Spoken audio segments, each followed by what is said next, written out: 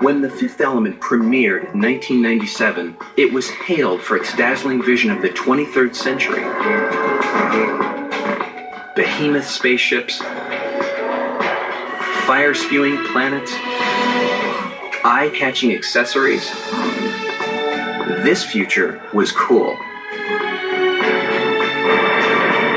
But what many people do not know is that the magnificent look of The Fifth Element was inspired by two extraordinary French comic book artists years before the movie was ever made. Paris, France, one of the most culturally refined cities in the world, renowned for its architecture, its art, its food, and its comic books. As this store in Paris shows, the French have a passion for their comics, which they call bande dessinée. And within the world of bande dessinée, there are two undisputed masters, Jean-Claude Mézières and Jean Giraud, otherwise known as Moebius. Although The Fifth Element was their first film collaboration, the lifelong friendship of Mézières and Moebius goes back to 1952, when they first met as art students. I had the same class with another fellow who was a very good artist, and his name was Jean Giraud. We became fairly inseparable very quickly. He was always at my house, and I was always at his. I was very well treated by his family, and my family liked him a lot too. And we really became like brothers. Throughout their school years, the two best friends worked together, critiqued each other, and inspired each other. We started to critique each other's work, mutually, with the maximum severity, but with love, by solidarity. It's been 50 years, I know this fellow, 50 years to be the school friend of Wolfgang Amadeus Moebius. It's pretty tough, I tell you. After they finished school in 1955, Mézières departed for America to pursue a lifelong dream. All I wanted to do was to be a cowboy. I had a visa for a year, and I stayed a year and a half. I started working on a ranch in Montana where I did all the dirty job, really shitty job, driving posts, tightening fences, baling hay, stacking hay. Although it was Mézières who worked as a cowboy, Moebius created a hugely successful comic book about one. In 1963, he created Blueberry, The Adventures of a Lone Cowboy. The book was an instant hit throughout France. It was obvious that the enthusiasm of the public and the way that they received Blueberry was very strong and very fast. So I had this assurance when I worked.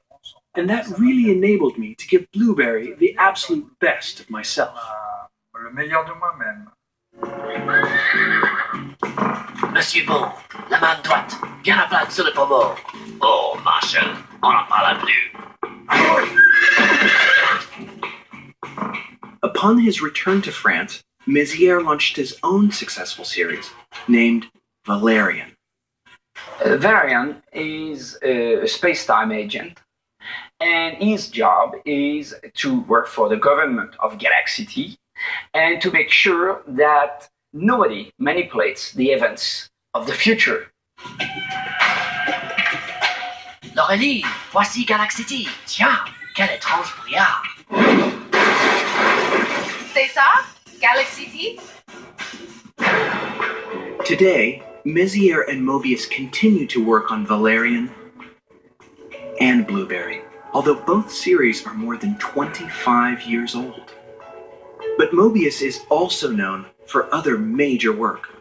And since the 1970s, he has developed another extraordinary style of drawing that is uniquely his own.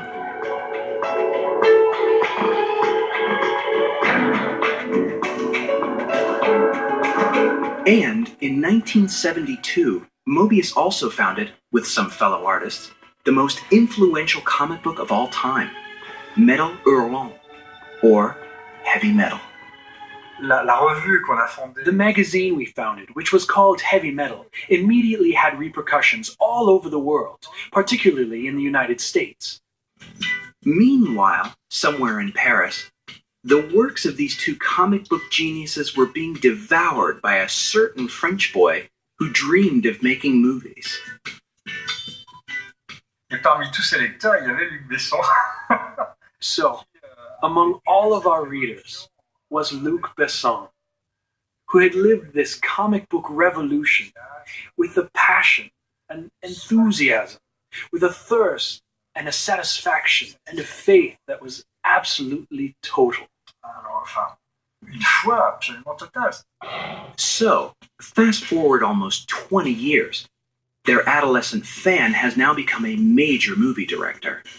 Mobius and Mézières are both at work in their studios, and they get a phone call. Luc called me and said, I've been a reader of your stories for many years because he was a young reader, you know, and I think that some American science fiction movies have taken a good look at your books. And I said, yes.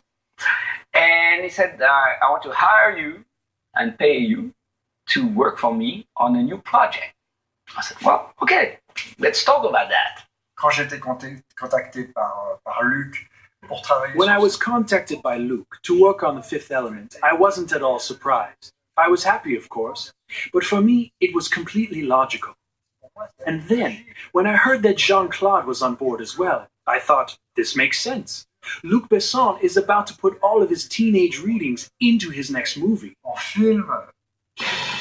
In January of 1992, the director, Mobius, Mézières, and a group of young artists met at this warehouse in Paris to begin visualizing the world of the film, or Zaltman Bleros, as it was called at that time.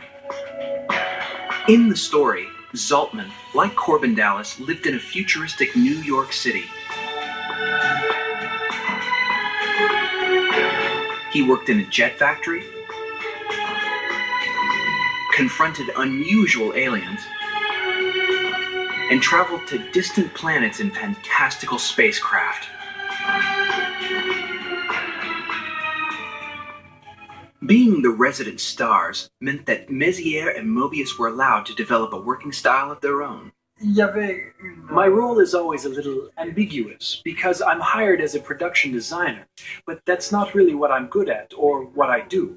Where I'm really the strongest is in stepping outside of the rules and the guidelines and really just entering into my own artistic dream state. And my position as a star sort of allows me that privilege. me donnait ce privilège. For his part, Mézières was most excited about envisioning Zaltman's futuristic New York City. What was interesting was to imagine that instead of having a glass and iron city, you know, always very, very cold, I wanted New York very warm, that people live an everyday life. So it would be an everyday life with a lot of people working, going to work and back and forth. For his most recent edition of Valerian, Mézières had created some flying taxis. I put a little flying taxi in Besson's sets, you know, and look at the taxis and says, it's funny. Can you draw a bigger size taxi and a police car? I said, yes, of course.